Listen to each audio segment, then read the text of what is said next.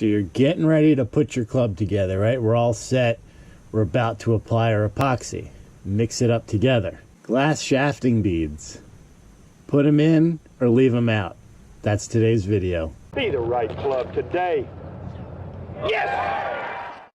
So when it comes to the world of shafting beads, there's really no riding the fence for this. You either use it or you don't.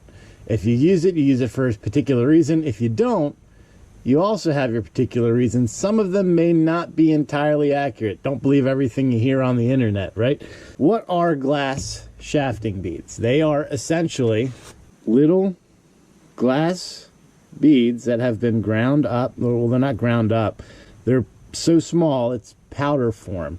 If we had a microscope and we looked at them, they would look kind of like white clear marbles, so to speak. And the intention of this is you mix that in when you have mixed your epoxy. There's actually two applications. You can mix it in with your epoxy, or you can go ahead and put it on after you have already epoxied the tip of your shaft. So there's a couple ways that you can do it. I prefer to mix it in with the epoxy. So on the back, it gives you little extra instructions on how to use it. So people who don't use this are hell-bent on the reason because it weakens the bond of the epoxy. They're partially true, and we'll get to that in a minute. The people who use this understand what the real reason is for the shafting beads is to ensure that that shaft is properly centered when it is placed inside of the club head or inside of the hosel. As an example, we have our club here. We're going to place this in. Now, bear in mind, we have not prepped the surface or anything like this. This is purely for example. And we put that shaft in all the way down to the bottom. There's a little bit of wiggle. Let's see if you can pick this up. You hear that? It's wiggling inside. Now, some ferrules have this nice little collar that will sit in there and kind of mitigate some of that space. But even with that collar, take a listen. It's still wiggling. Why? There's always going to be a little room between the shaft and the hosel because there has to be a place for that epoxy to go in. So when you have that epoxy going through and around the shaft and in between the shaft and the hosel and that little space that's been created there, with the glass shafting beads is it aligns it very, very nicely. And I'm a visual kind of guy, so let's break it down and show you the science behind it. In this example, we're going to use this glass cylinder as our hosel, okay, the hosel of our club. And then we're going to have this PVC pipe as our shaft, right? The shaft is hollow in the middle. Now, if you've ever had an issue with putting the shaft, let's say you're reshafting something and you put the shaft in the hosel and it wants to push itself out, it's physics behind that. It's science. It means that your shaft is most likely plugged. Either you got old epoxy, a swing weight, something in there, or at the top where your grip is, totally airtight. So when you're pushing that in, the pressure that you're creating in the shaft is pushing back out and not allowing that shaft to sit properly inside the hosel. So if you ever have that happen, it's because you got a blockage here. So get a little drill, take it out, or drill through old epoxy or remove it or whatever, and that'll fix it. We're gonna epoxy this shaft, so to speak. Epoxy is gonna be just plain old water, right? So we have our shaft in there. We're gonna fill this up. So we have our epoxy in our hosel, right? We've epoxied our hosel. We're going to place in our shaft. That shaft is going to sit in there. You see this wall. Notice the wall that's formed between the hosel and the shaft. Can move, right? It could sit like this. It could sit like that. It could sit like that. It's not sitting up straight. So enter the shafting beads. Now I'm going to take a little bit of the epoxy out of here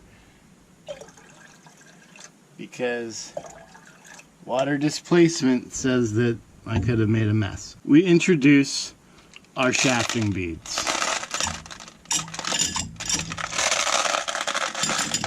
In this case, it's going to be some marbles. And you can see what these beads do is they create that wall to fill in. So now our shaft is nice and centered inside of our hosel, right? Eliminates that shaft from moving or wiggling around.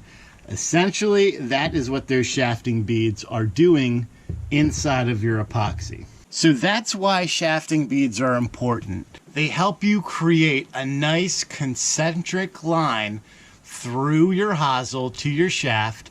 It eliminates hot spots. It eliminates spots where you may have gapping or you may have it actually touching your hosel. In graphite, this can be deadly. I mean, you can almost guarantee you're going to have a failure with graphite. And it helps to eliminate some of the air that's created when you mix your epoxy. Air bubbles also, terrible, terrible thing for epoxy. Now, those people who are going to say that it compromises the integrity of the epoxy. In this example here, we went overboard because that's what we do. You are correct in saying that putting too much of this in here will compromise the integrity of your epoxy batch. 100%.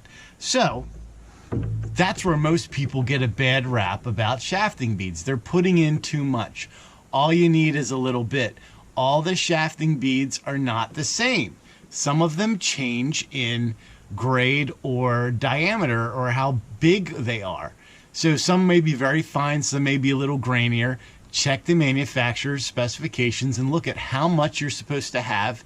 They usually do it per part, so you know how much epoxy you have.